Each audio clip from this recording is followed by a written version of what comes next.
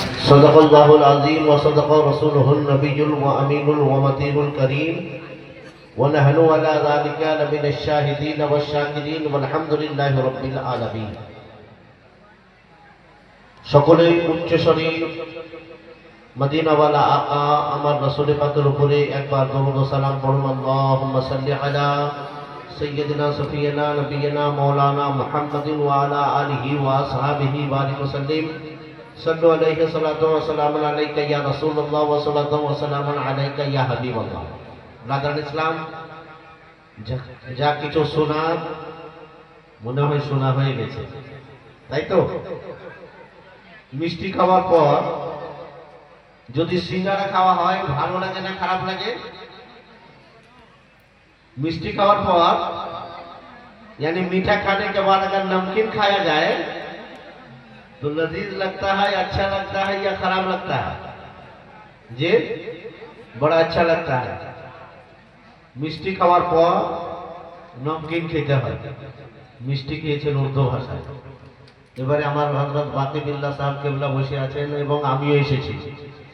এবারে একটু সিঙ্গারা খাবেন, লবণাক্ত জিনিস খাবেন, ইনশাআল্লাহ ভালো লাগবে।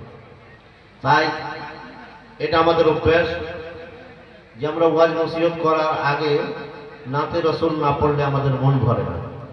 নাতে রাসূলের দু চার লাইন পড়বো, কারণ সময় খুব বেশি নাই, একেবারে সেহরির সময়ের দিকে চলে এসেছি আমরা, সেহরিও খেতে হবে। তাই সেই নাতে রাসূলের দু চার লাইন পড়ে ইনশাআল্লাহ কয়েকটা গুরুত্বপূর্ণ হাদিস শুনিয়ে তারপরে ইনশাআল্লাহ আমি সমাপ্তি করব। আমরা सुन्ने मुसलमान हमरा, सुन्ने मुसलमान हमरा, सुन्ने मुसलमान प्रयोजन होले नबीजिर प्रेमे, प्रयोजन होले नबीजिर प्रेमे দিব মোরা জান আমরা सुन्ने मुसलमान हमरा, सुन्ने मुसलमान दयाल नबी नूरेर छवि তিনি তো মোদের সাহারা, তাছাড়া হরদম গোসে আজম দিচ্ছেন মোদের পাহারা, দিচ্ছেন মোদের পাহারা। ভারতের রাজা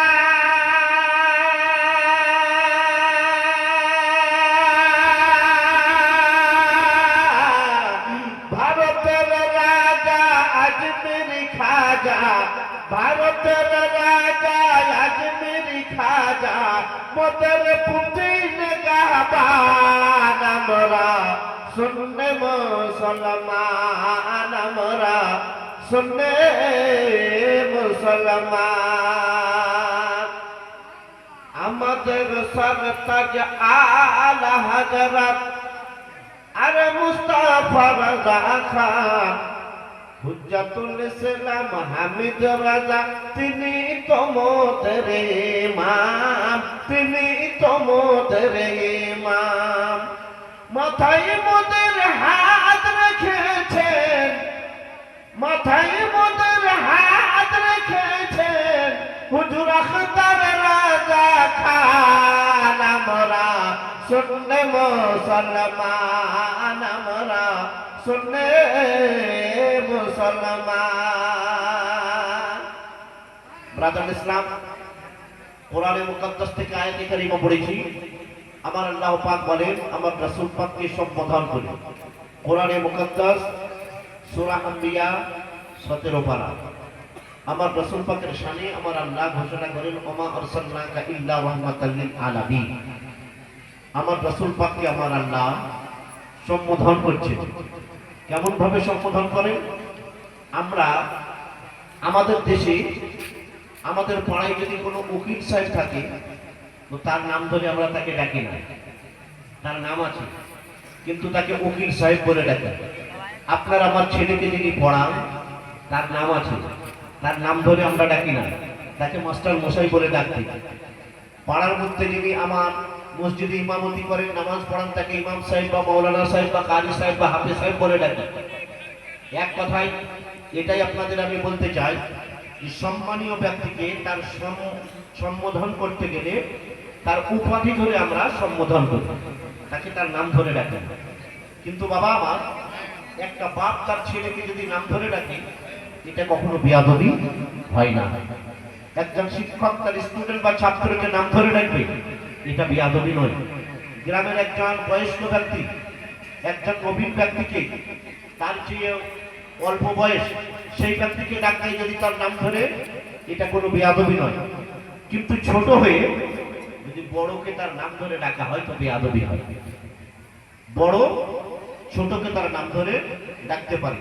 দেখুন, সারা জগতের স্রষ্টা আমার আল্লাহ, নবীদেরকেও বানিয়েছেন আমার আল্লাহ, কোরআনে মুকাদ্দাসে আমার আল্লাহ যখন আদম নবীকে সম্বোধন করছেন ইয়া আদম বলে আদম নবীকে ডাকছেন, হযরতে শীষ নবীকে ইয়া শীষ বলে তার নাম ধরে ডাকছেন, হযরতে খলিলুল্লাহকে ইয়া ইব্রাহিম বলে তার নাম ধরে ডাকছেন, হযরতে জবিহুল্লাহকে তার নাম ধরে ডাকছেন, মুসা কালিমুল্লাহকে তার নাম ধরে ডাকছেন, ঈসা রুহুল্লাহকে তার নাম ধরে ডাকছেন, হযরতে ইয়াহইয়া নবীকে তার নাম ধরে ডাকছেন, হযরতে দাউদ নবীকে তার নাম ধরে ডাকছেন, হযরতে সুলাইমান নবীকে তার নাম ধরে ডাকছেন, হযরতে দাউদ নবীকে তার নাম ধরে ডাকছেন, হযরতে হারুন নবীকে তার নাম ধরে ডাকছেন। কিন্তু আমার রাসূলুল্লাহকে, আমার রাসূলে পাককে আমার আল্লাহ যখন ডাক দিচ্ছেন, আমার রাসূলুল্লাহর নাম মুহাম্মদ, ইয়া মুহাম্মদ বলে আমার আল্লাহ ডাকেন না, ইয়া মুহাম্মদ বলে আমার আল্লাহ সম্বোধন করেন না।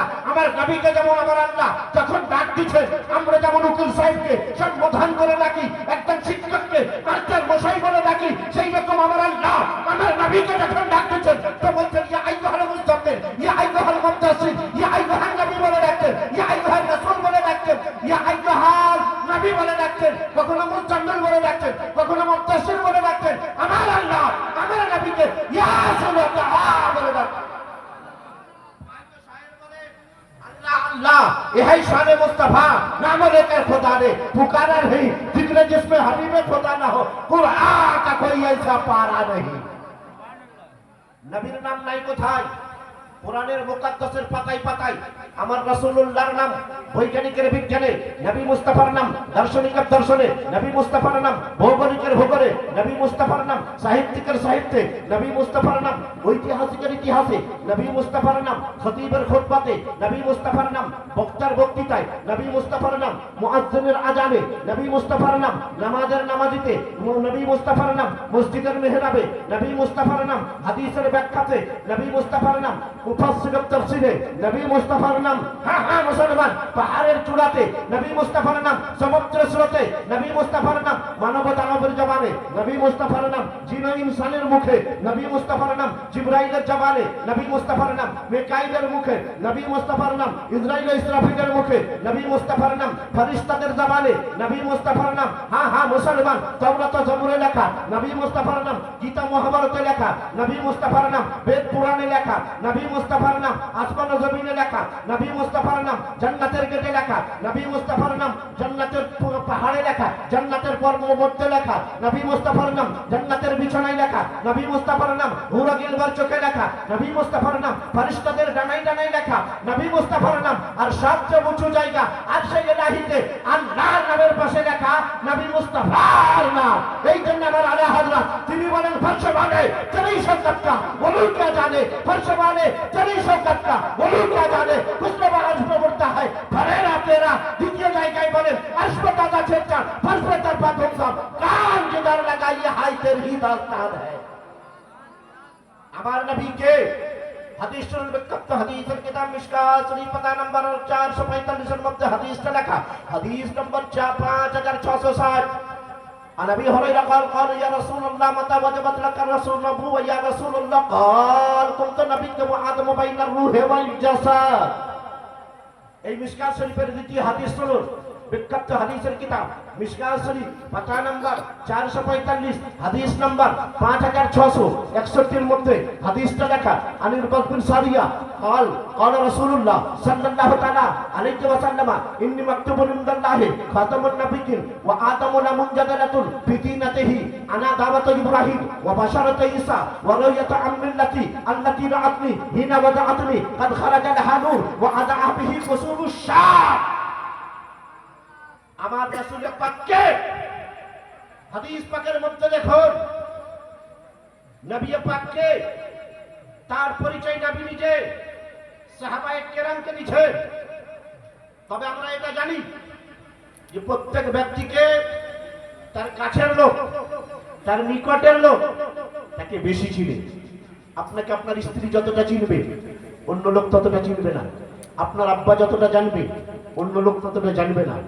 আপনার প্রতিবেশী আপনাকে যতটা জানবে অন্য মানুষ ততটা জানবে না। আমার রাসূল পাককে সবচেয়ে বেশি যিনি দেখেছেন তাকে জিজ্ঞাসা করি যে তুমি আমার নবীকে কেমন পেলে বলো। আমার রাসূলুল্লাহকে সবচেয়ে বেশি যিনি দেখেছেন আল্লাহর সর্বশ্রেষ্ঠ ফেরেশতা, আল্লাহর সবচেয়ে বড় ফেরেশতা রূহুল মালায়েকা, যিনাকে বলা হয়েছে হযরত জিবরিল আলাইহিস সালাম। কারণ এই জিবরিল আলাইহিস সালামের জন্য কিতাবের মধ্যে বলা হয়েছে মাদারিজুন নবুওয়াত দ্বিতীয় খণ্ড, লেখক আল্লামা মুহাদ্দিস আব্দুল্লাহ দেহলভী রাহমাতুল্লাহ আলাইহি পাতা নাম্বার 335 এই কথাটা লিখছেন যে